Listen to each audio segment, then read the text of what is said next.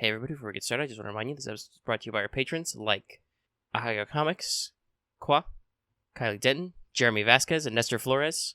If you like what we do and want to see us do more, consider supporting us on Patreon. You can get access to episodes early and lots of other goodies, and it really helps us out. Thanks for your support, everybody. Thank you.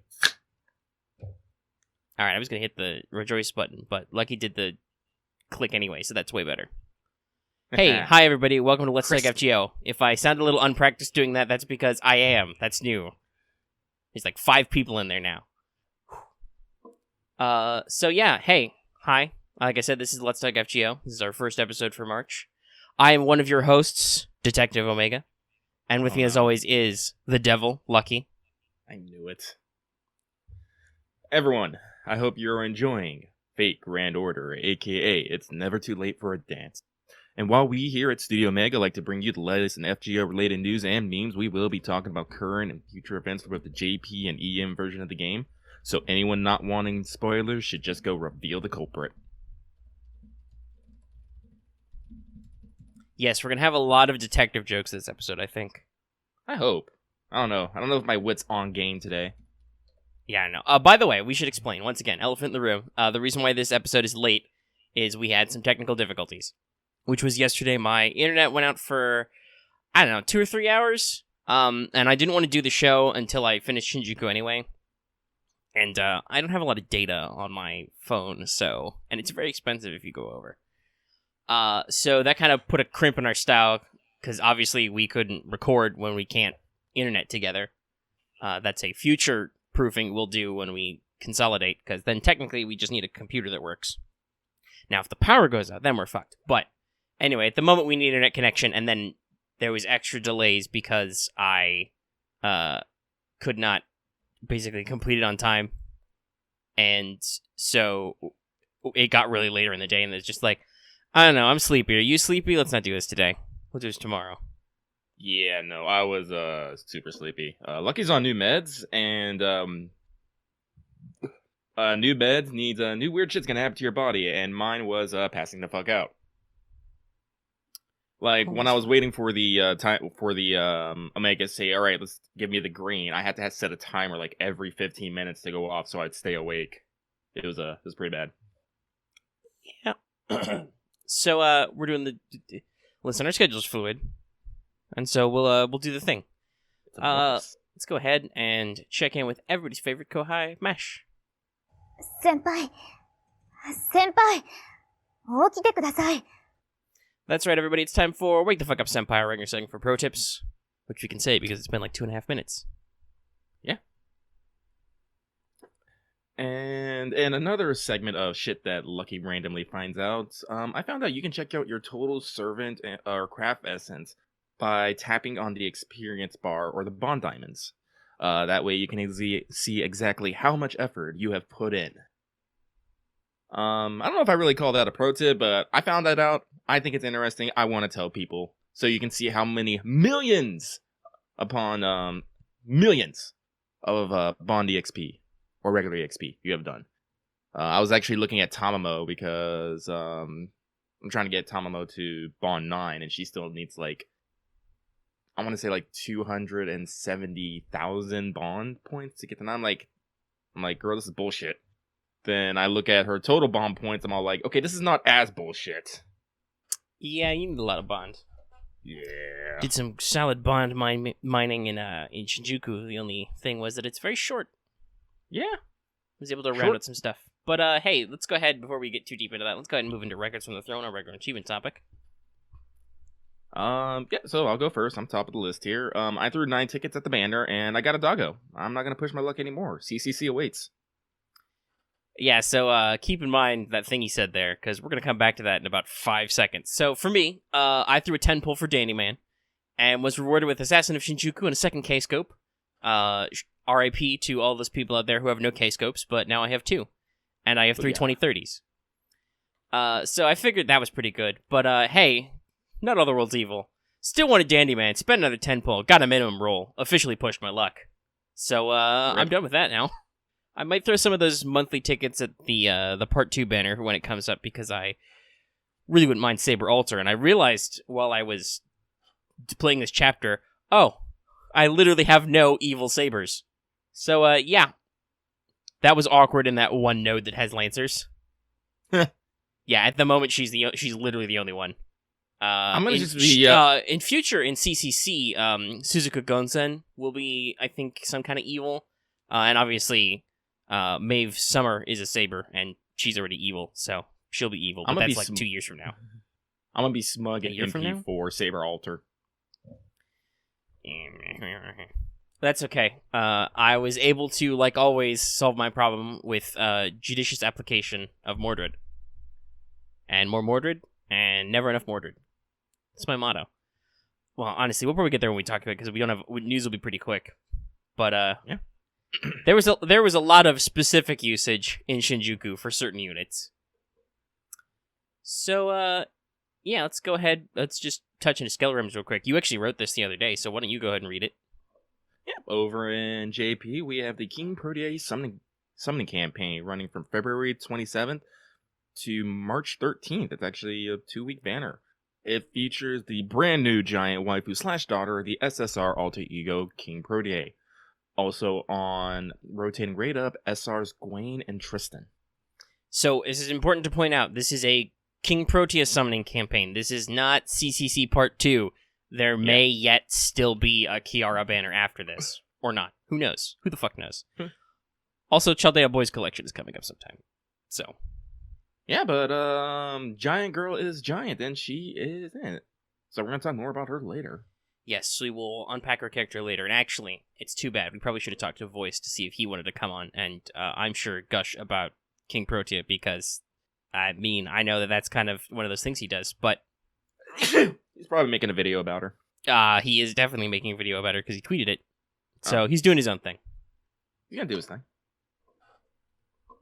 Let's see. I guess let's go ahead and move into free talk. So, we called this initial thoughts, but I think this is probably going to be Shinjuku total thoughts because, well, we're both done. We delayed the show so I could be, not that obviously, even if we hadn't delayed the show, the internet going out still would happen, but we delayed it so I would finish it. Yeah. So, we're both done. It's not that long. Yeah, no. Yeah, so, as we said, we both completed the chapter. It was short, but very solid. Like, honestly, after playing it, like, I honestly would have rather had this turn into an anime than Babylonia. Yeah, Shinjuku OVA when? Yeah. Because while Babylonia definitely has large scope and, like, a lot of, high points, it's an epic. It is something long. It is something that you get invested in. Shinjuku is something that I can easily see being made into, like a 13 episode series. You could do it pretty quick. You do it pretty quick. Honestly, I would say it has almost a bit of a dime store novel characterization to it. It's like it's like the kind of book that you'd buy at an airport. There's a couple of cliffhangers and twists and turns. There's, the pacing's pretty quick. There's a lot of good dialogue. But it doesn't overstay its welcome or anything. Yeah, while the jury's out on who exactly wrote the chapter, the community swings between either Higashide, who wrote Apocrypha, Fans, Okeanos, and America, or Sakurai, who did Septum, London, and Prototype Fragments. Yeah, I think you could take we can probably get our best educated guess if we double-check the FGO materials for the characters introduced in Shinjuku, because they would probably be the scenario writers for those characters. But I'm not 100% sure, and that's... Hey, guess what? Those aren't in English. That's a pain in the butt. I have to, go on to translation websites and back scroll to find specific profiles. So, Aniplex, please. You're selling the soundtrack and stuff. Just, translate that into English and sell it to me, baby. Actually, heck, we talked about this when they did the event, which, by the way, passed. We probably should have put a note in there somewhere about that, but the kickoff happened last week. We weren't there, obviously. We saw lots of photos. I don't know, but someone did write on the boat. Someone did write on the board. Steve Omega was here. Yes, one of our fans who visited did write that we were there, so that's cool. Yep. I joked that we should have had a harder merch push, so because I know at least a couple of fans of ours who were going. We should have had a harder merch push to get people to buy shirts so they could find each other. Consider that for the future. We do sell, like logo shirts and stuff. If you're going to these events, consider, slipping us a 20, and so you can find your fellow fans. But yeah, so that happened last weekish. Yeah, it must have been because it was the 20-something of February. Anyway, I think the only thing that really was, they were like, and Shinjuku tonight, just like we expected. So yeah, that was the news. I do think it was cool that they did the whole thing where it's like, oh, we're going to do maintenance early, so right when things ends, everyone can play. Yeah. No, that was good. It's not exactly a surprise, but I still appreciate it. Yeah. It's like, yeah! They don't get to, like, drop the true JP experience of, and by the way, there's going to be maintenance right after this panel, and then the thing happens. They don't usually get to do that. So that was kind of fun, I'm sure. Mm-hmm. But yeah, so, Shinjuku rolled out, and we started playing it, and because there were some very pointed complaints about certain chapters writing in the last one, they don't officially say which one it is, but we have guesses. Oh, and actually, that's the reason why I was going to talk about the event was I mentioned that they have the CE art book, which was available there, which is interesting because that's fairly recent, so they could totally translate mats, and we could look that stuff up in our own time. But for now, we guess. We guess. I mean, you wrote these bullet points. You might as well say I'm lucky. Okay, so overall, with a smaller cast, a lot more effort seems to have been put into character interactions. For example, the dialogue between Salter and Jalter, frickin' the Archer Shinjuku, and everybody. Like, have I mentioned how like amazing this dandy old man is? Like, I really want to throw quartz for him. Oh my god. Yeah, well, I mean, I already did. I threw at least 60 at him and didn't get him. I know that's not a lot, but like when when your luck is run out. It's kind of rough that he doesn't necessarily appear a super lot, and he's almost always at weird times.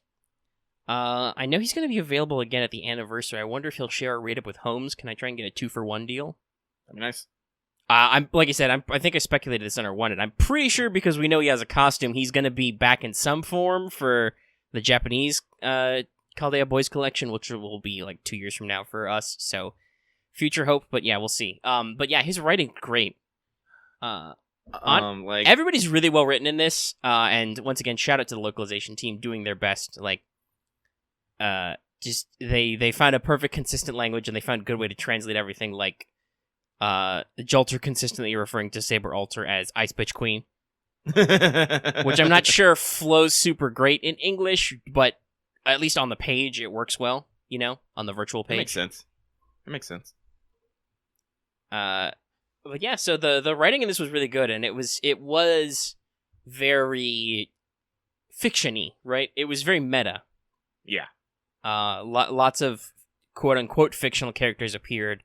Lots of points they spent talking about story and story tropes.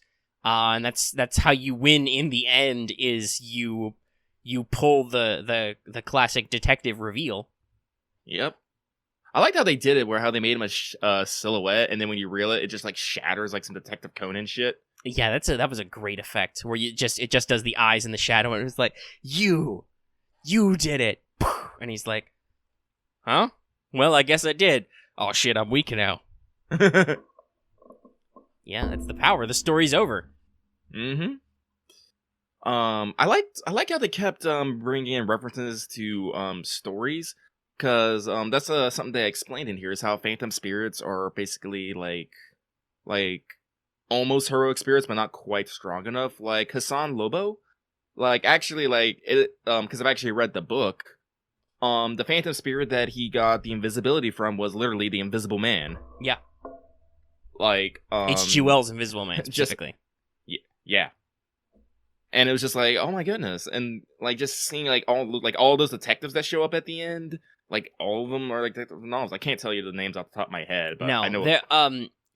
They've referenced the Belgian, so I know they're talking about Hercule Poirot, but otherwise, I didn't necessarily catch on to, like, which detectives they were. Yeah. And a bit of a shocker, for the long... Like, this just speaks of my interest, but I didn't know that Legend of Sleepy Hollow was actually an American folktale. I thought it was European. No, that's us. 100%. That's the Hessian. Wow. And so is Lobo King of Kurrenpaw. Yeah, I knew So Lobo was Hush and Lobo collectively, other than the Invisible Man parts, is actually once again 100% an American servant, which is neato. Oh, okay. Yep. Oh, by the way, Axe in our freaking Patreon says someone. Oh yeah, he's quoting another one of our patrons, but Devilish who quoted all of them. Yeah, let's see here. So, The Round-Faced Priest is Father Brown by author J.K. Chesterton. The Old Man Playing with a String is The Old Man by author Baroness Orczy. The Messiah Professor is Professor Augustus SFX von Dusen by Arthur Jacques Futrell. I don't know how to say that. And The Serious-Faced Gentleman is Dr. Thorndike by author R. Austin Freeman. Yeah, no idea who any of those are. Never heard of them before. But there was a lot of Phantom Detectives, so yeah. But yeah. So this chapter was interesting. Well, for one, Mash isn't there with you. Yep. Like they note that her magic circuits are locked. She still has them. They're still fine. She just can't turn them on, so she can't access servant powers. So yeah, so she doesn't go with you. So you are literally like they say like servants go with you, but like first thing that happens when you arrive to Singularity is everyone's blown the fuck away and you're falling through the sky and you're like, not again. Nope, not doing it. I get the impression. By the way, BT Dubs. Once again, we said at the beginning, but we're saying it again. We're spoiling the whole thing. Like, yeah, there are actual twists to this, which are really good. Even if I knew generally, because like I said, everything story related that FGO came out before it started in English, I have been generally familiar with because it was older and summarized, and I was kind of like, this is the only way I'll ever experience this. Wait, what? I'm less certain on a lot of the core plot details to some of the stuff as it comes out now, because obviously as it comes out, translations are kind of sketchier. But there are still a lot of good turns in here, right? Like, yeah, you know, like I knew that there was a demon pillar in it, but it was always like the waiting for the you know what'll come up when, and I kind of understood what the good and evil Moriarty thing was about, but I didn't necessarily remember exactly how it worked. So that was actually a good spin to be like, oh no, so it wasn't good and evil. There was a fake and a real the whole time, kind of. And then yeah, the actual, it's a pretty smart twist to be like, oh, because Moriarty's fused with the free shooter. I don't want to try and say the German. They actually call it the plot of that opera, which is, you know, you get 7 magic bullets. You decide where the first 6 go, but the 7th and last bullet is the devil's, and it will strike somebody you hold dear. So, like, that was a really good twist where it's like, oh, no, I had to actually become your friend so that at this very moment I could betray you, at which point this meteor will become my final bullet. Like Moriarty, you mathematician. That's a great sequence. That the whole climax is really great. Other than, honestly, like, not saying anything else about Amy Alter, but I feel like he's kind of a nothing character in this, which I feel kind of bad for him, because I know he has like a super tragic, sad backstory, and I think that will come up more because he comes back for CCC, but I feel like other than that he has this vague rivalry with Saber Alter, I feel like he doesn't do anything. Well, I guess he shoots Jolter in the gut, which only serves to make her more angry, but that doesn't really do anything in the story. No, he's just a merc. But yeah, that said, like, all we said before, all the character writing and dialogue's really good. You get to fucking hang out with Holmes. I like that the Master isn't a complete idiot. They instantly realize, yeah, you're not the real Count of Monte Cristo. You introduced yourself as Edmond Dantes. That's not how that works.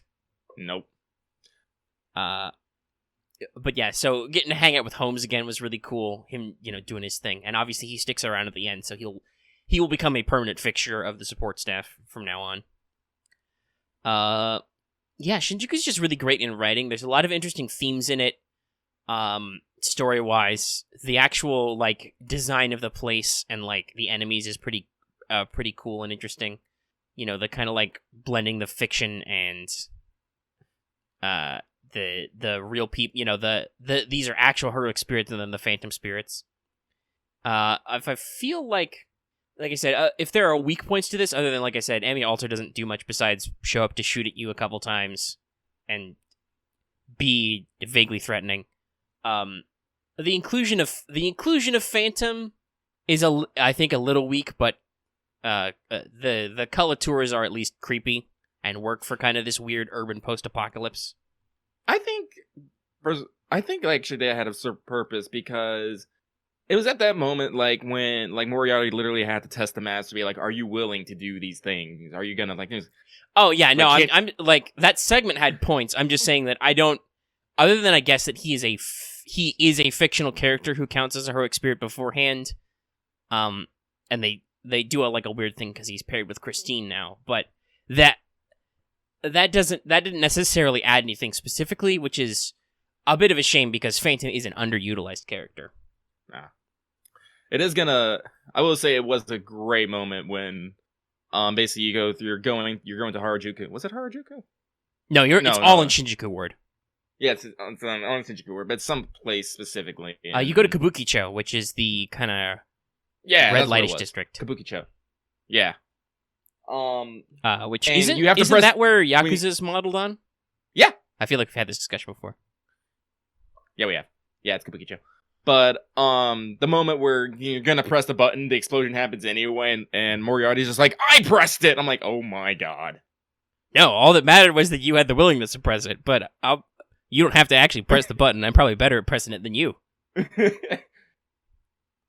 Like I said, like, I'm so sold on Moriarty. Like, Moriarty's one of those characters, when I first saw him, I was like, eh. I mean, yeah, I knew his, obviously, because you see it in the previews, and so I knew his animation, I kind of knew what was going on with him, so I'm like, that's interesting, that's cool. And also, I could really use a high-level single-target archer who's got a consistent kit, because, man, there are a lot of 3-star single-target archers, but they can sometimes be all over the place. Mm-hmm. Like, the singularity, like, I am 100%, like, sold on this man. His dialogue's great. Axe, I have 3 2030s. I don't need a star generator. But I want to, like, rewind this back to the beginning, because actually this singularity, for something optional, they bring up a lot of interesting things. Like, this is, like, I think this is one of the first times where they actually get into having the staff talk throughout the singularity. Yeah. Like, they're not named, named, but staff A and B appear. They talk about what's happening in Chaldea, like how the Meiji associations are like, what the fuck just happened.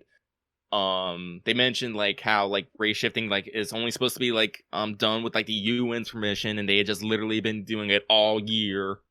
Like, well, we couldn't fucking call you, so you didn't exist. You were incinerated. And they're talking about like how they need to doctor your files, right? Because they don't go into it super, but the implication is that either the Mages Association will refuse to believe that you did that good on your own, and basically that'll be lights out for you in Chaldea, or they'll think you're too good, and it's possible you'll get, they don't mention it by name, but it's possible you'll get something like a ceiling designation, and they'll like whisk you off to the clock tower so they can, study you and use you as a political pawn, because clearly you're pretty good at something. Like, they'll whisk you into their political games, or they'll just get rid of you because you're giving mages a bad name. Yeah, because they said it, like, do you believe that this no-name master, like, command all these servants and save the world? And you just listen to it and you're like, Yeah, because they list the circumstances. So this person was literally just, they were a no-name, we recruited just to fill out the roster, so we had a full team. They somehow didn't die when the stuff happened, and they managed to beat alone, with only a minimum support staff. Because we've actually had discussions off mic about how staffed is Chaldea. And the question is, not a lot. They obviously had a lot of spare room, but we don't know necessarily how many people are left in the actual staffing. Yeah. But yeah, like with minimal support staff. They did all these negotiations and, unified all these servants in one. Yeah, it's a little incredulous. So they talk about doctoring your file. They also talk about like dealing with mage association representatives when they come. They actually mention some of the politics. They're like, yeah, and so the we'll have to see what the Atmosphere family says, because now they've got to suggest pick a new successor, and they have to get special permission from the Mages Association to like fork their magic crest again because they lost their first heir, and so on and so forth. And like, there's actually a lot of interesting background details. Mm-hmm. Yeah. So MASH has basically been regulated to basically what Roman did. She basically sits in the command room and confirms your identity. Make sure that when you're singularity, your existence is maintained. But she's still a good character. I mean, she's not in there, but she's still like there with her insights and stuff. And Da Vinci's there too. But Da Vinci desperately trying to slack off constantly. Yes. She tries to distract us by saying, MASH can go to school now. And you're like, Chaldea Academy, do it. Oh, and then you had a post where Da Vinci puts on glasses and I look like a school teacher, and I'm like, and you're just all like, oh, your heart. Yes, she puts on her glasses and she's like, the school teacher look suits me, doesn't it? And then I copy and pasted that over that one heart failure meme. So yeah, that was because yes, that's a. Da Vinci actually said she could be a student too. She doesn't care. She'll do what she wants. That's Da Vinci. But yes, no, the school teacher look worked for you. So yeah, that's they do some fun, setting up some stuff and relaxing a little bit. Mm-hmm. So turns out there's some shit going on. Get to Shinjuku. You're blown through the air. You are saved by a dandy old man. He's all like, "Oh, were you expecting like a beautiful girl or a strapping young man? Nay, you just get an old man." And this sets the tone of your relationship. Oh my god! And what a great relationship! Though, actually, by the way, they're bringing up a point to consider. Like, actually, this is a thing I'm not sure of. Like, because they say you were sent with summons. As usual, I'm not entirely sure whether or not all the servants who appear in Shinjuku normally are summoned with you or not. Oh, and how X, this is Japan, right? Like their cell phones are way better than ours and have always been better. Actually, I'd have to double check. I'm trying to think. Did they have picture phones in some of the early seasons of Digimon? They might have. But no, like seriously, even in 1999, I'm sure like you could send crap. There were probably crappy flip phones with cameras in them. I don't know how far back that goes, but no, Japan's been way ahead of us in cellular technology for like forever. But I'm not shocked at all that they took phone camera pictures. But no, I was thinking about like, I don't know how they do magic, Axe. Magic. It's fucking magic. God. He's complaining about how there's a later point where you have to cross-dress and Saber and John Alter send pictures. No, there's literally a magical system, Axe. It's not. Basically, it's through the. We talked about this before on What's Up. The story doesn't have to justify everything to you, okay? You literally warped through time and space. Fuck you.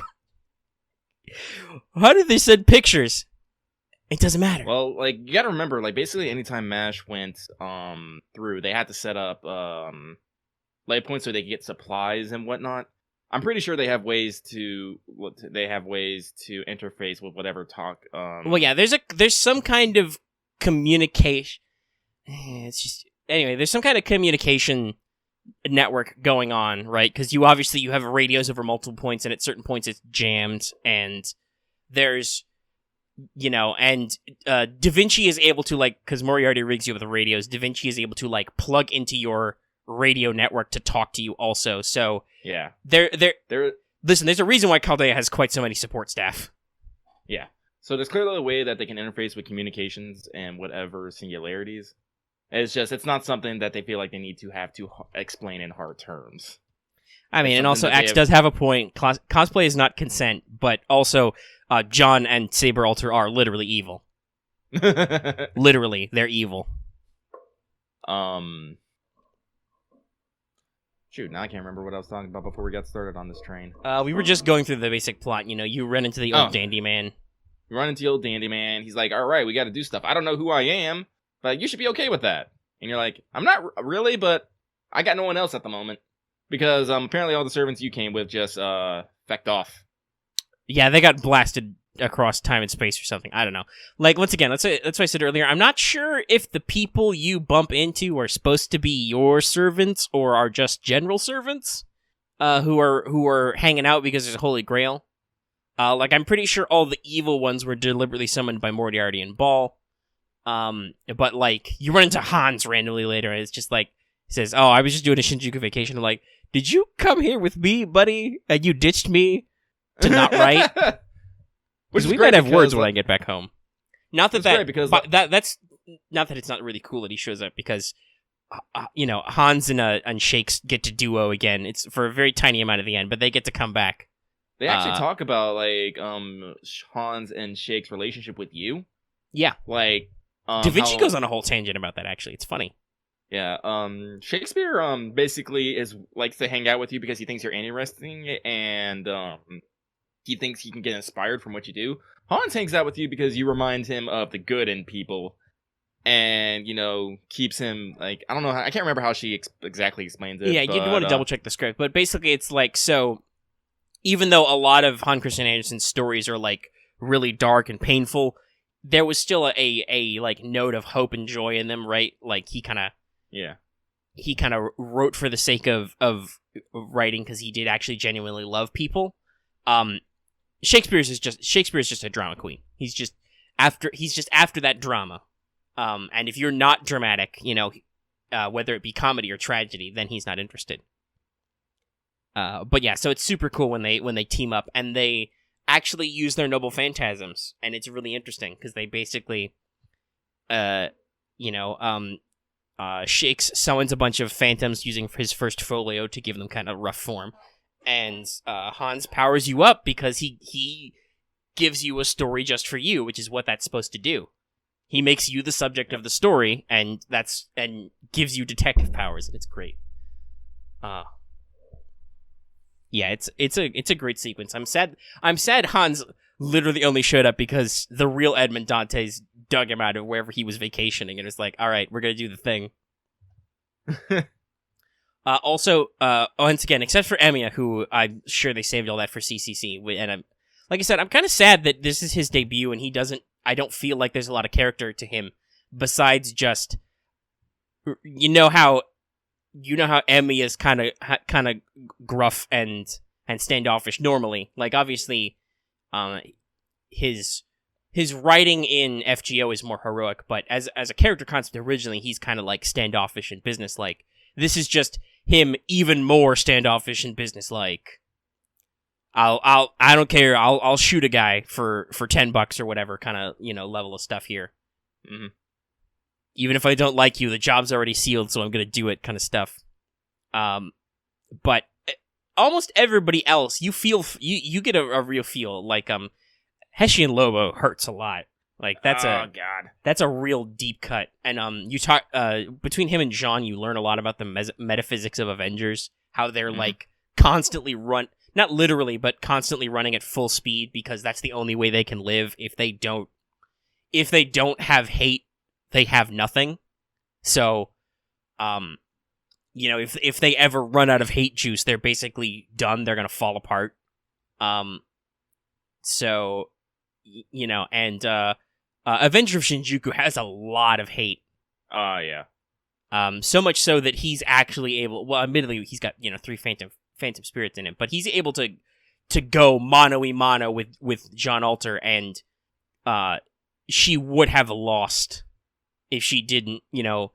That's the thing I like, because like she explicitly says, "Oh, you didn't get that was a good stab, but you didn't finish me off." So, and the explicit power of her noble phantasm, Roar of Hatred, is to turn hate and resentment and suffering in the area into flames and spikes. So, because he didn't land the killing blow, she was able to turn that into a big blast, which she ducked. Though they mentioned that she can, accidentally set herself on fire, and does a couple times. But yeah, so he's like super strong, but and we have another great supporting character to talk about, Cavill 2. Yeah. The greatest dog in all of FGO. Bork. Bork. Ah, Sir Cavill, let me rub your shoulders. That's great. But yeah, so that's, you feel real bad for Lobo specifically, but a little bit for the Hessian, because he doesn't talk at all. He's just hanging out with Lobo, and basically Lobo's inner narrative describes him as, he just sits on my back, and as I run by people, he cuts them. But he, climbs off Lobo and basically stops the team from finishing him off, so Lobo can go die on his own terms. Oh yeah, by the way, I did get Dargo, and I didn't realize this first when I was first playing him, but he has fucking bear traps on all his paws. I saw that, and that made me sad. I was like, oh god. I mean, it's kind of sad, but I also feel like it's not, because that's the whole thing about King Lobo, is he is like immune to trapology. You can throw some traps on him and be like, nah, bro, I can keep going. Like, yeah, I know, but still, it's a testament to like what his character was. Is like I was like, oh god, he tried so hard. Yeah, he's like an unstoppable force. Yeah. I'm gonna tell you right now, though, the fight where Lobo had the invisible man, I fucking hated it. Oh, hey, that was easy. Hey, here's a fun fact. Everybody said Shinjuku was gonna be real hard, and it did feel difficult in some parts. No seals, ever. Let me explain to you how I did that. There's two things in life you need. One, Tama Lancer. Two, more buffs. You may think you have enough buffs. Not enough buffs. Use more buffs. Got a problem? Use buffs.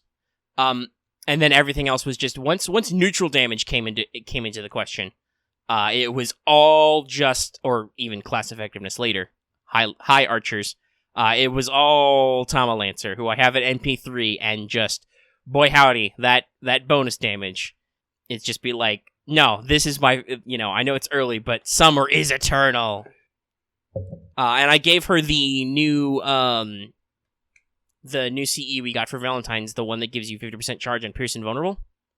The Altera one. And so, yeah, fuck your invisible, chief. That's basically how I rolled the whole time, was just, I think that is the toughest Lobo fight, because it's just like, oh, fuck, you gotta have Pierce or Sure Hit or waste a shot.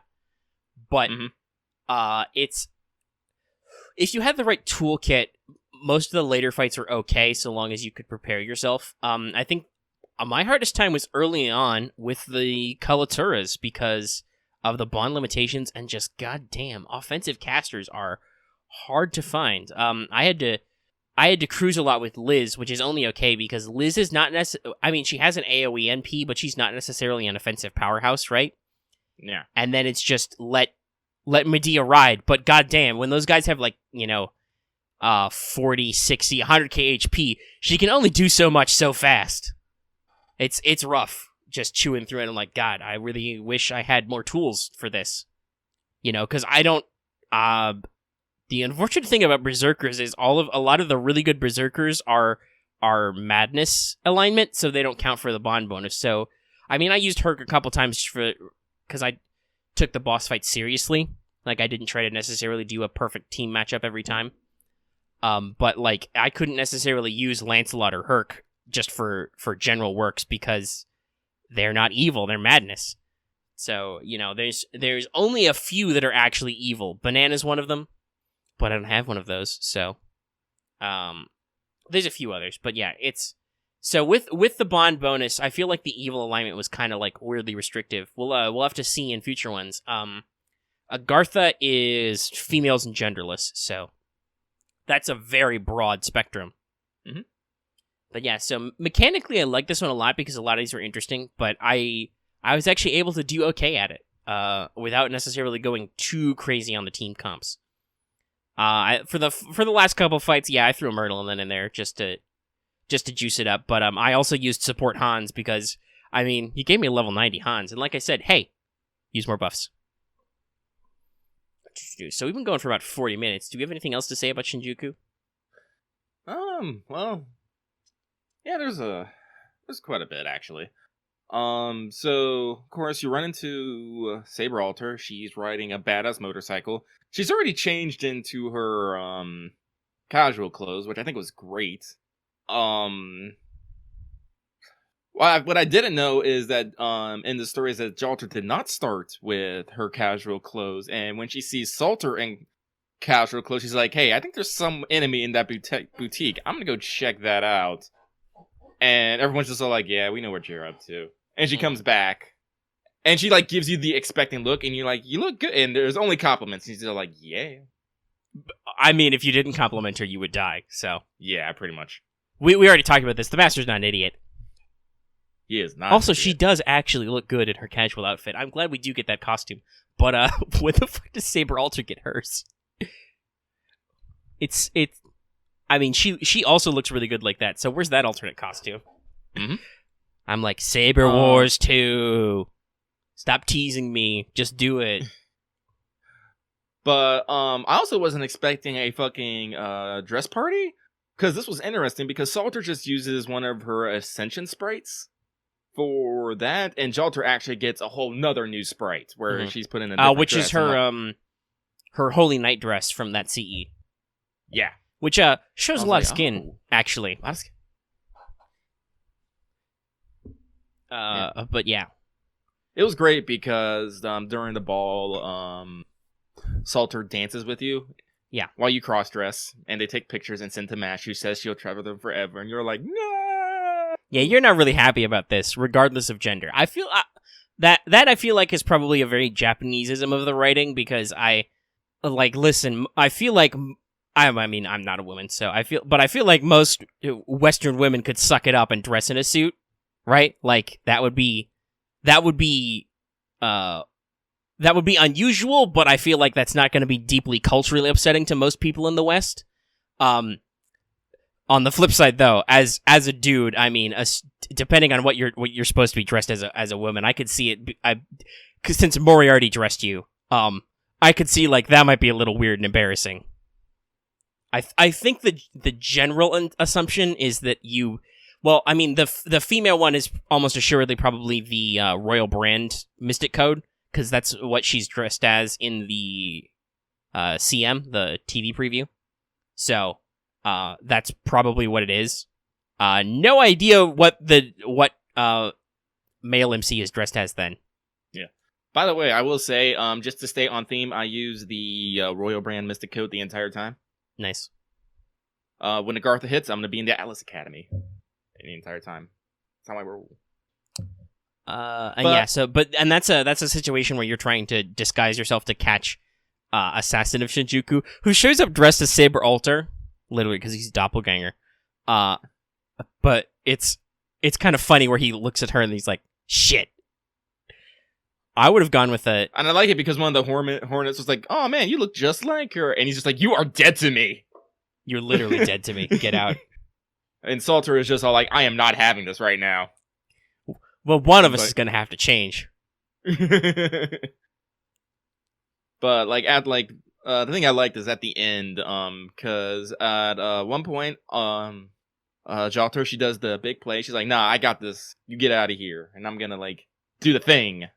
And she survives the thing because Home was there, and she dived into a manhole and survived. But like before you get sent back, she jams Taldea, basically does the thing where she throws her cape, and she's and under it she's in her fucking dress, and you have a dance like right at the end of the Singularity, and I'm like, that's kind of amazing, personally. Yeah, that's a great I one. really there's a lot of really good Jean Alter. By the way, this I think is the real point where everybody was like, "Oh, she's Super Sun," because this is her doing that the most, where she flips between the yes, compliment me, I will stab you. Also, stupid idiot. It's not like I wanted to dance with you. I just didn't want that. I just didn't want her to win. Yeah. I guess again, I said I love the relationship between Salter and Jalter. It's like it is like one of my favorite dynamics. It's one of those things where you can never be sure. Are you guys going to start punching each other, or are you going to make out? By the way, Saber Alter, Jean Alter is a popular ship because of this chapter. Like I didn't like. I kind of understood it before that, but now no. It's sold in. It is locked in.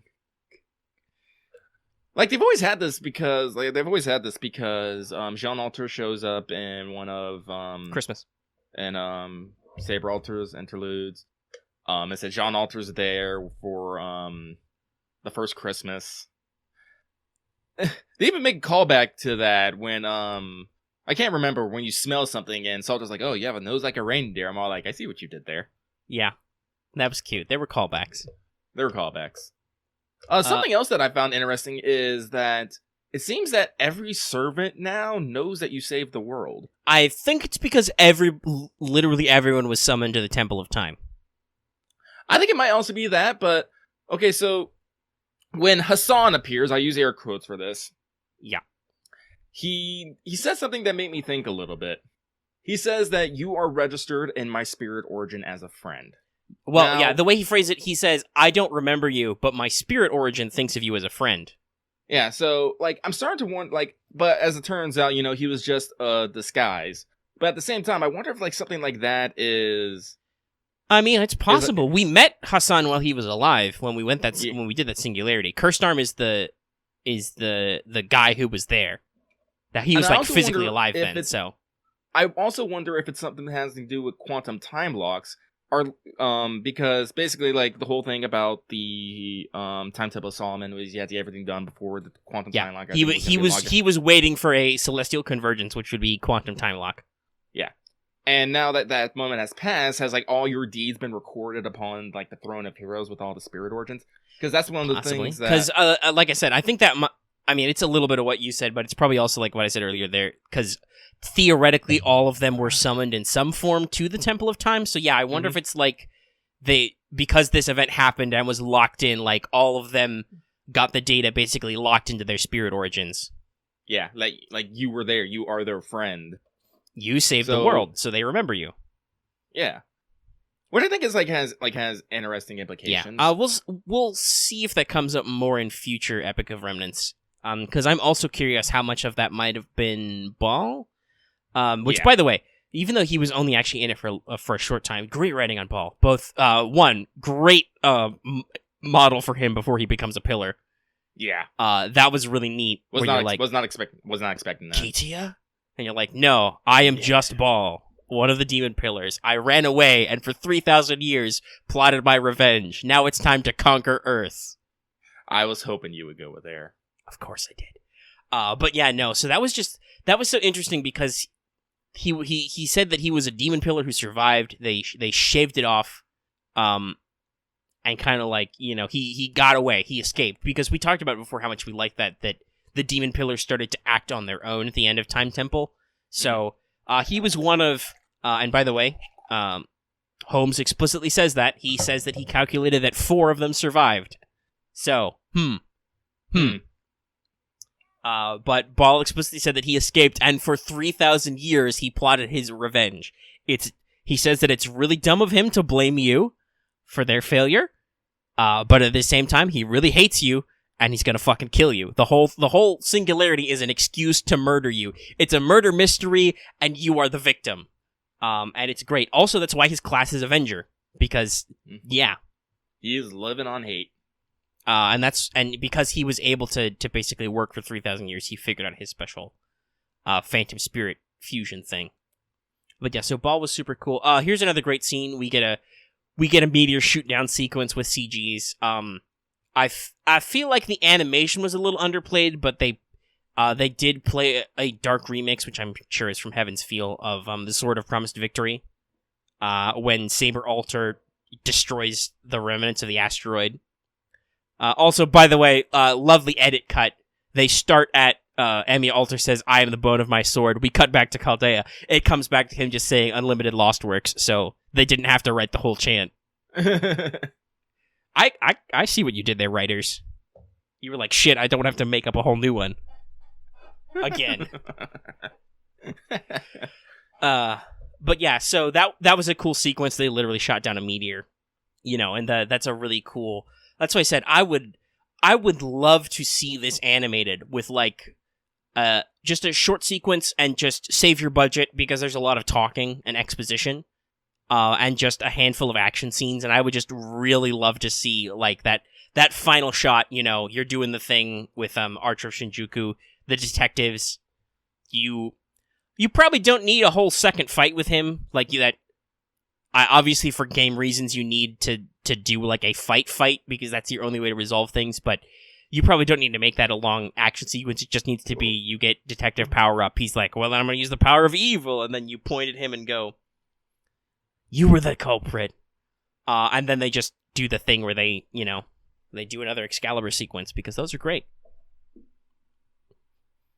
Harkens back to Extella, actually, I think. But yeah, so there's a lot of good writing in this segment. And like we said, the mechanics are pretty diverse. Kalaturas are literally the devil, but other than that, I didn't find it super hard. I mean, I found the Hornets interesting. Yeah, they were interesting to bring into the game, because they're like cyborg super soldiers. Yeah, they say that. I think, what did they say? They were magical. They were magical pseudo soldiers or something. Basically, yeah. I think they were some kind of magic cyborg, because one of the things about Shinjuku that was weird was that there were demonic beasts and like mages running around in the open, because that's how isolated this place was, right? Like it was a place where the counter force wasn't affecting it, because it didn't matter. That's what Ball had to do. He had to create a zone of time and space that basically wasn't actually going to change human history, so he could do freaky stuff in it. But that meant that Shinjuku was really weird. So that was interesting to see these guys running around. But they just have like UMP-45s and like shoot bullets at you and throw grenades, and it's weird. Yeah, but I don't hate them. Yeah, speaking on that, no, like at several points throughout the Singularity, they say like even if you do nothing here, it will not affect actual human history. Like, do you want to like still save Shinjuku? And you're like, fuck yeah, I do. Yeah, I gotta figure out what's going on and do the thing. Like, I'm they say like, okay, so the servants will all die, but they'll just get they'll just go back to the throne afterward. And they're like, yeah, but I don't want to abandon these people, because that's not me. I went all 7 singularities back to back, punch Ginty in the face. Just like abandoning humans to die is not really our MO. Yeah. So that was good. And there was a lot of good character studies. Also, yes, the antagonist Moriarty has a different NP name. He uses Catastrophe Crime. I'm not 100% sure why. I do note a lot of references that are made, though, with Moriarty and his NP and his plot stuff in my Wanted. So if you want to check that out, I talk a lot about dynamics of an asteroid. There was actually a fiction story told by Arthur C. Clarke called The Final Crime, where Moriarty plots to destroy the Earth with an asteroid, because that's the ultimate crime. So yeah, no, there's loads of little references. That said, I feel like I like his before the true name is revealed, where he just says Subarashi, and when he does the final as opposed to the name. That's great. I love that. I want him so bad. He's so cool. Yes. Why are you so cool, old man, with your dumb gun coffin? I'm pretty sure that dumb gun coffin is actually the phantom spirit of the fucking... The free shooter? Yeah, I'm pretty sure, because he even mentions, yeah, it's got magic bullets. I don't know how it reloads, and I just try to shoot it, and it shoots it. Even if I wasn't looking, if I just think to myself, I shoot it, and it's entirely possible. Yeah, it's something from the free shooter, because that's where he gets his... Like, that's why he's an archer, where he gets his bullet powers from. Yeah. As I said, like, this singularity, like, it really plays heavily a concept of, like, fusing yourself with, like, phantom spirits. It's like, I don't know if it's something that's going to come up again, but I think it's a very interesting lore piece. Well, that's something I was going to say, because we're going to talk a little bit about Teach Me Omega Sensei later. I know some people, some patrons wanted to suggest putting phantom spirits on that list, but I did some double checking, and so one, I think, because we've talked about both heroic spirits and servants before, I'm pretty sure we've touched on the concept when we mentioned those, though we would have just said, I would have just said, I should say, phantoms, because we didn't have Phantom Spirit as an official translation, so you might want to go back and check those episodes. But also, double-checking it, at this point, no, other than because they explicitly mentioned that Shinjuku is, like, the only place where this happens. They have not really used that idea a whole lot explicitly since then, so I don't, other than just reading the script and the explanation they give you, I don't know if there's a lot deeper to go on there. So, Okay. we will probably not do that topic as a standalone. There will be similar themes in future ideas with Epic of Remnant, but like I said, I don't think they ever name drop the Phantom Spirit, and they definitely don't use explicit Phantom Spirit fusion again in that sense, because that was specifically a thing Ball learned how to do, or Bio, whichever one he is. I think you can. Here's the weird thing about the actual Ars Goetia. You can write those names a fuck ton of ways. Like Astaroth could be Ashtaroth or Astartes also, and lots of other stuff. It's confusing. Anyway, now we have talked for like an hour about Shinjuku. I like talking about Shinjuku. It's fun. No, that's good. It's great. Like we said, I want that anime. It would work so well. I'm trying to think if there's anything else I want to talk about in Shinjuku. We talked characters, we talked story, we talked gameplay. Again, like, it was kind of cool that Hans showed up at the end, but Dantes showing up, like the actual Dantes showing up, I found that was a little weird. That's just his thing. He just shows up. He just even says this to you, my accomplice. Whenever you need me, whenever you despair, I will be there. Ha ha ha, ha ha ha ha. What is he, like tuxedo mask? Basically, mask? he will. Whenever you need him, he will show up. I have heard that there are some trippier sequences where he comes to help you in future story. That's basically his story MO. Is when you are in trouble, Dantes will be there. That's pretty cool for a guy who literally locked you up for a week. Yeah, but that was the whole point, was when you get out of it, he's like, yes, you are my accomplice now. You're cool. Ha ha ha. It is I, the Count of Monte Cristo. That's how you know who it is. I said it for this time. Despair. And I love that how he shows up when, you're having this question, you ask Moriarty, do you have any regrets? And he's like, I don't know, maybe.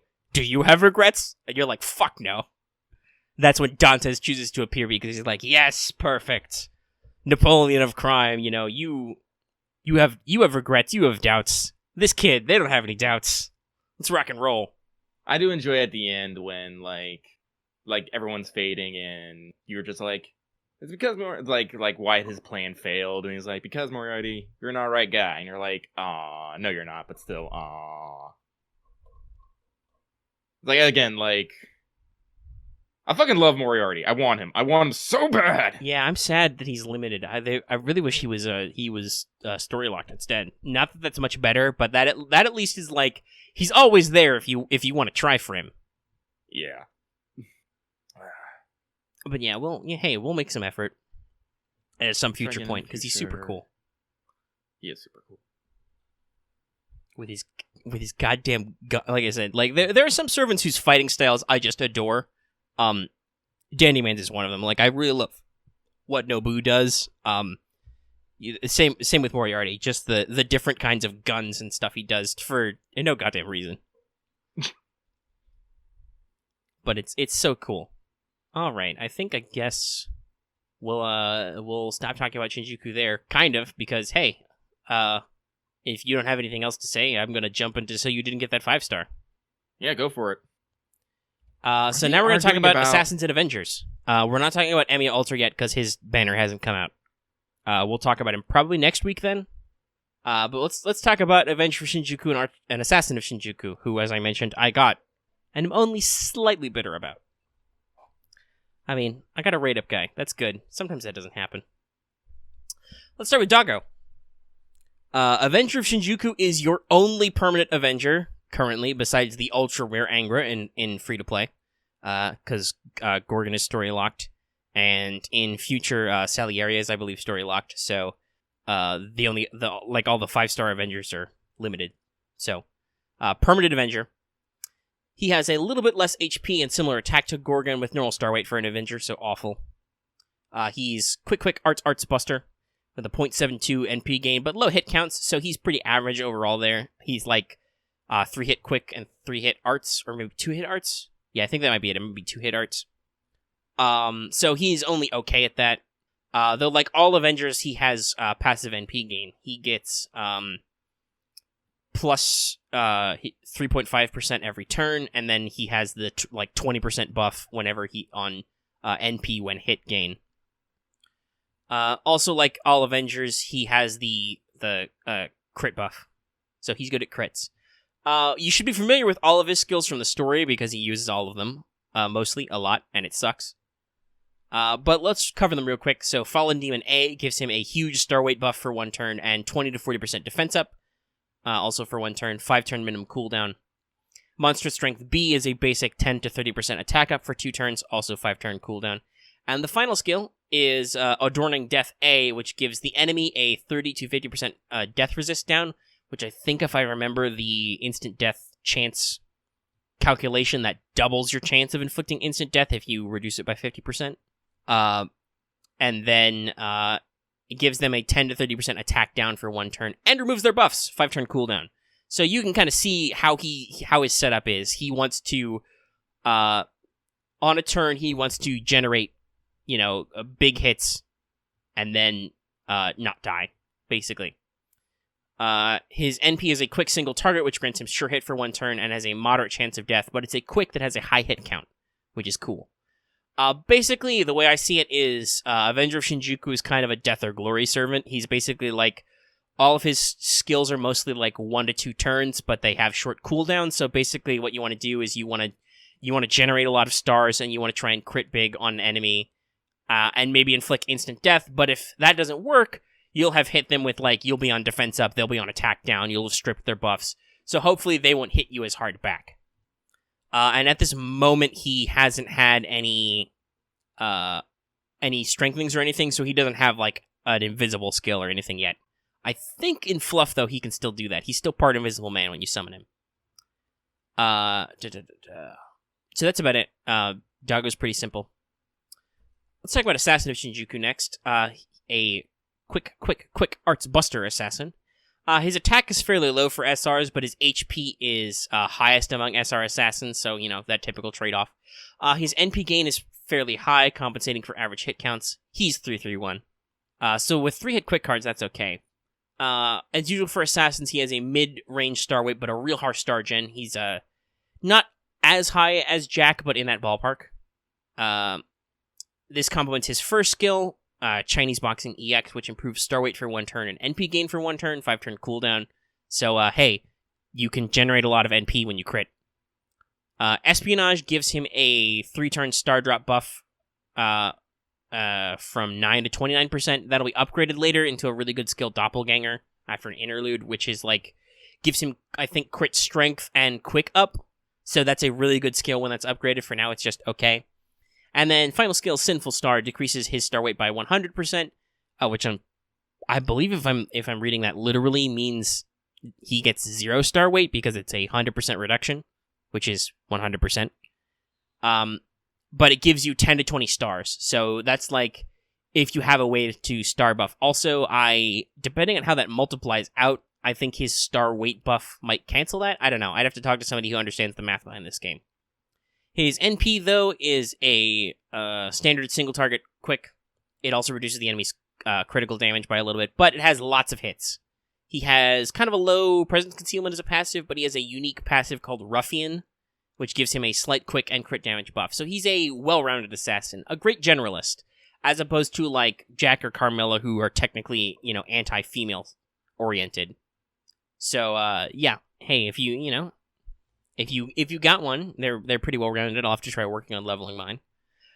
Just because, like I said, there's a little bit roundedness, and he's quick focused as opposed to Shigi, who is arts focused. So hey, let's diverge and let's talk about Kingprotea now, because they're a brand new servant, and she's actually super interesting. Also, fun fact: Kingprotea, character voiced by Megumi Han, also who did Akko from Little Witch Academia, and Mickey from Devilman Crybaby. Fun facts, the more you know. So, Kingprotea is an incredibly interesting servant design, perhaps one of the most unique to date. She has the second highest attack in the game, beating Ku Alter by about 30 points, and still has decent HP, but we're going to come back to that. She's quick, arts buster with pretty normal stats for an alter ego, star weight, star gen, and all that's about the same. Her NP gain is pretty low for her hit counts, so even with her EX territory creation, it's a pretty mediocre stat for her, but you don't care about that. Don't worry, we'll cover it later. Also, like all the Sakura 5, she's got a shitload of other passives. She has Madness Enhancement A+, Independent Action, and Goddess Core, so she generates a fuck ton of damage. With second highest attack stat in the game, that's a lot of damage. Let's talk about skills. So, Huge Scale C gives Protea a stack of unlimited proliferation buffs per turn for 10 turns, max 10 stacks. Max 10 stacks. This improves her max HP by 2k to 3k per stack, and the stacks, they can be removed by normal means, that's right, I didn't edit this. That was a goof on my part writing it. They can be removed by other means, but they don't go away otherwise, so they last indefinitely until you remove them or they are removed. So this means that with her at level 90, with this skill maxed, by the end of this level, when you've got 10 stacks, she will have an astonishing over 40k HP number. Okay, think about that. Regular Jean, I think, is the most HP in the game, and she's like 16 something, okay? Or maybe 17, I'd have to double check. But she doesn't break 20k on her own, I'm pretty sure. And like I said, so Kingprotea can go all the way up to over 40k. That means you can just HP tank some things, okay? Single target NP? Nah, let me soak that. It's crazy. This is why I say she's some of the most unique design. Her second skill, Infantile Regression, eats all of her stacks of Huge Scale, but gives 10 to 20% NP per stack consumed, and decreases all skill cooldowns by 1. So this means that if, say, somebody has actually whittled through all her HP, and there's no way on earth you're going to heal all that, you can just burn those stacks, you will get an NP drop, and you can immediately blast them. Also, it reduces your skill cooldowns, so you're better set up so that you can do Huge Scale again, because it's got a really long cooldown. Its minimum cooldown is 10 turns. And then her third skill is very vanilla, but very useful. She has Monstrous Strength EX for 20 to 40% attack up for 3 turns. Just, hey, do you want to be better at damage for 3 turns? The answer is yes. She caps this all off with her NP Arivata King Size. This is an AoE buster that automatically gives her a 1-turn buster buff with Overcharge, so you can bust her chain. And if she has any unlimited proliferation stacks, she gets another 20% buster buff, so that's like 40% in minimum overcharge. So altogether, this means that she is probably the most enduring servant ever, great for long-run farms or endurance quests where you're just like, I'm going to be here a while, I'm just going to, continually punch them with Kingprotea until they die. And when you need to, she can hit like a truck.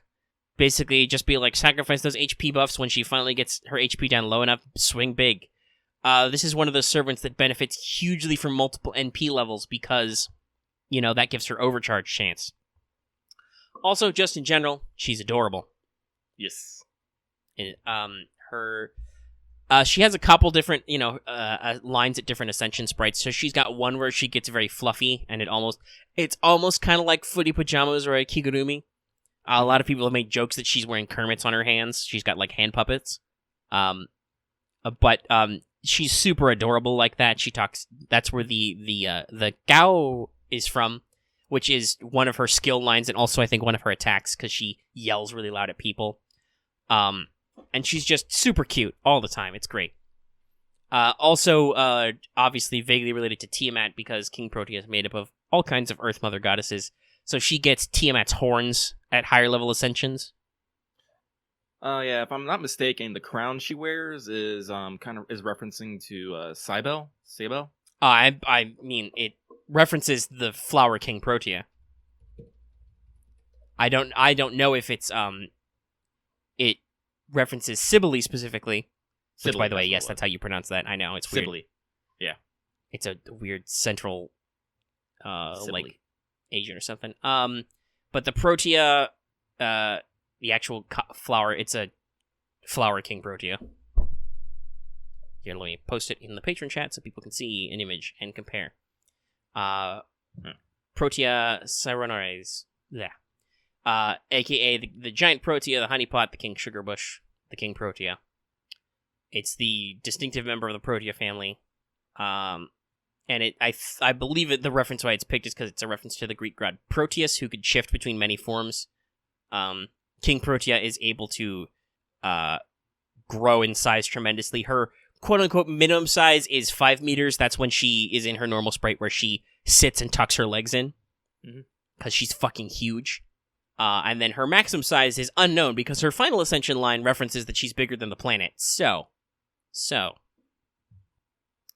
It's a big old question mark.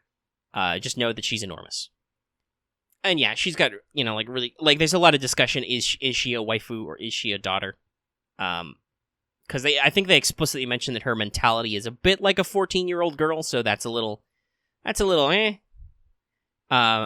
some of those things. But she also does want to be a cute bride someday. Yeah, that's her bond CE, by the way. Yes. And her profile writing's a little obtuse. I think it's just because it's, fan translated, and there's a lot of fucking analogy and simile in there. She gets compared to 5 different animals. Is she like a rabbit, or like a mouse, or like a lion? We don't know. And I'm like, oh, god damn it, writing. Fuck, why did you have to put so many similes in here? Really, it doesn't make any... but yeah, so there's a lot of interesting discussion, though, about her personality. She's a little bit yandere. Because, she's constantly hungry, and what she's hungry for is affection, so if you do not give her affection, she will get weird and try and find you on the entire planet. Make sure you give her plenty of head pats. I feel like it's more that she gives you head pats, but hey, you can try. You can get up there. Hey, I climbed a giant titan. I will climb this Protea. Yeah, so, no. So, yeah, there's a lot of stuff going on, but also, we've mentioned that here's another funny thing. The player character is also explicit. This comes up a lot in Shinjuku, actually, is explicitly underage for drinking. So I assume in Japan that means you've got to be 16 or 17. Yeah. Which is just how they write stories, I guess. Though that does at least mean that they don't have to worry about any of the more adult roots of the setting, because you're technically a teenager. So they're like, let's not. We don't need to get too deep on some of these ideas. Also, yeah, there's a Tambo cat high-five me, which is great. You could argue that's what her NP is. It's just her high-fiving the enemy. It's not really, because she's doing a whole reference to the giant white elephant Arivata. So she, swings her arm up like a trunk.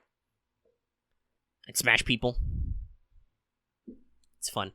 Kingprotea is great. And she's totally in the thumbnail. All right, well, we're at over an hour 15. Some of that'll be shaved down. So I guess we should probably go ahead and wind down. Sure. All right, so like I mentioned earlier, it's a new month, new patrons. Despite the fact that Patreon was like, listen, it might be a couple of days before everything gets processed. No, we actually got done pretty good, so everybody's in. I've already posted up the topic poll for Teach Me Omega Sensei this month. We've actually got a lot of respondents right away. Good job, you guys. So the 4 topics currently are, what is the Mages Association, what is a person's origin, what do you know about Grand Servants, and what is the Quantum Time Lock? Like I said, some people mentioned it, and I thought about the Phantom Spirits element, but I think we have covered most of what there is to cover, and then you guys all hopefully read the Shinjuku dialogue, so you basically know about as much as there is to know at the moment. If more detail comes up, we might revisit it later. But those are our 4 topics for now. Lucky, you'll be happy. Currently, Origin is winning. Booyah. In case you forgot, by the way, Lucky is our official tie breaker, and he will break ties if there is one. So those are our $5 and up patrons that get into that. So check that out if you are at that level or want to join at that level. We're also doing a couple other things for patrons. I started the thread for our first ever Patreon Q&A. We already have a couple questions back. So that's up there. Just find that in there. You can ask us anything. We reserve the right not to answer them if we feel like it, but you can ask us whatever. And at some point, Lucky, or me on Lucky's behalf, depending on how that works out, we'll set up a suggestion thread for Live with Lucky whenever we do that. We'll get there. We're working on stuff.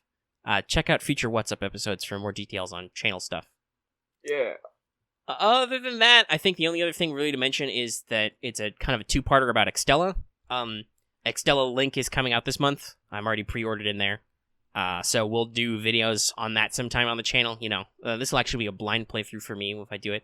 But also kind of kick that off. I feel like I want to at least get started on doing some of the side stories in the original Extella and recording this for the channel. So look for those uploads. I know our channel posting is kind of erratic lately, but that's just because we've been juggling lots of stuff. And we'll see. I don't know. I mean, I guess if they announce that Gouda Gouda rerun...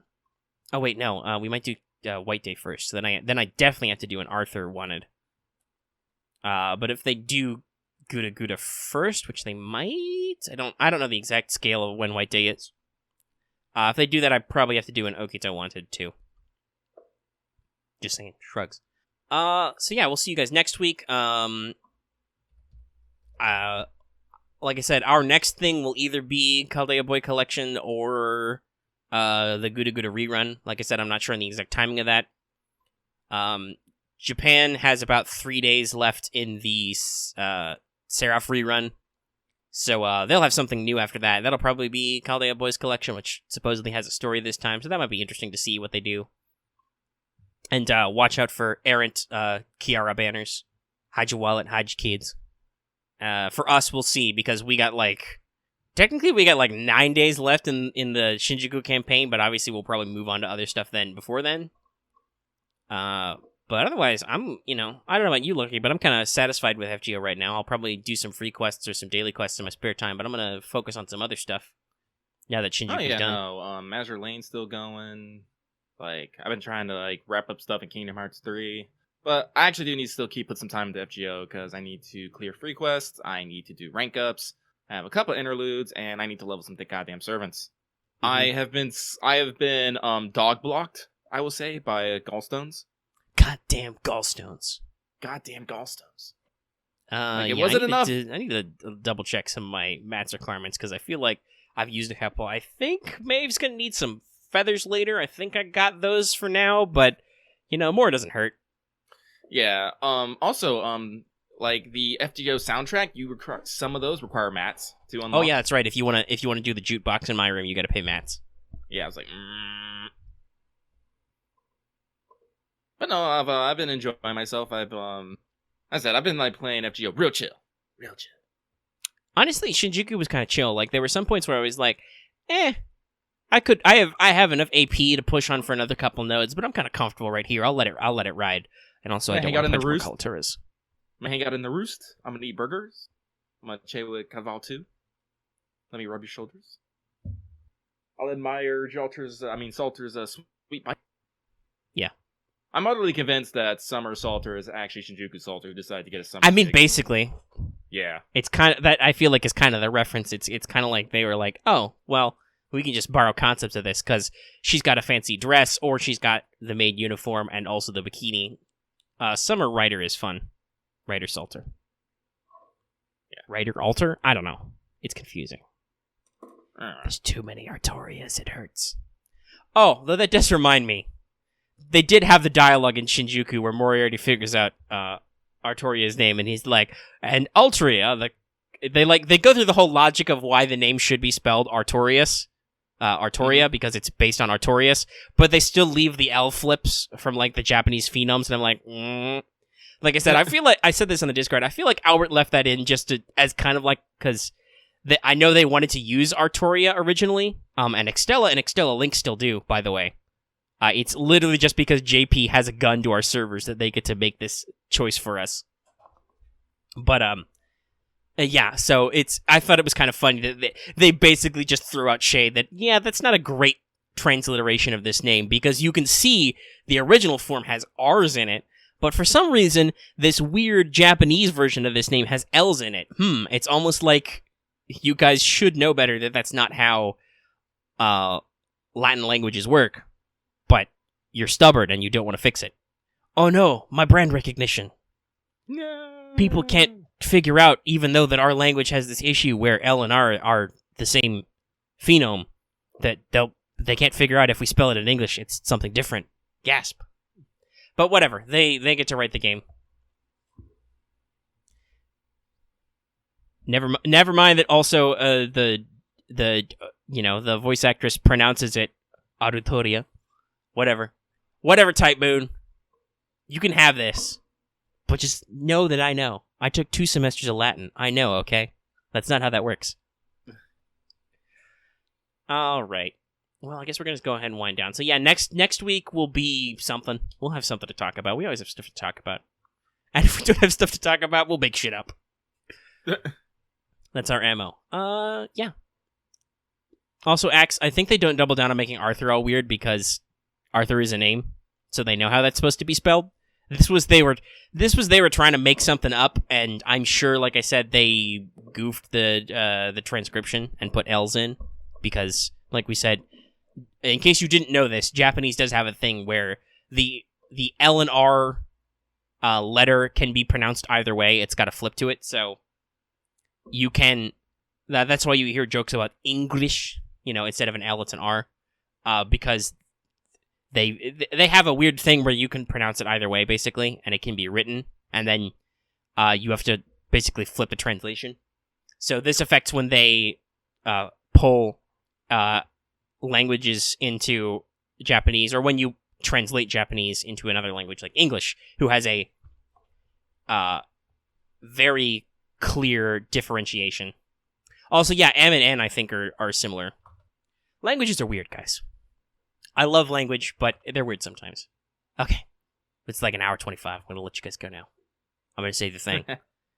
Which is, if you like this episode, give it a like. Super important.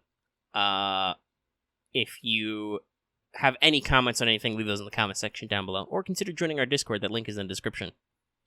And of course, if you're new here and have not already, please subscribe to our channel to always get our latest videos. And consider hitting that bell for notifications, even if you're already subscribed, so you always know when we post a new video, because like we said, our posting schedule is not locked in stone. Yeah. Like it says at the front of the episode, consider supporting us on Patreon. You can get access to episodes early, downloadable. You get access to like different topics and stuff now. You can interact with us. Fun stuff. And it really helps us out. Okay, the show's over. Everybody, All right. everybody, Everyone wish Sakura Mato a happy birthday.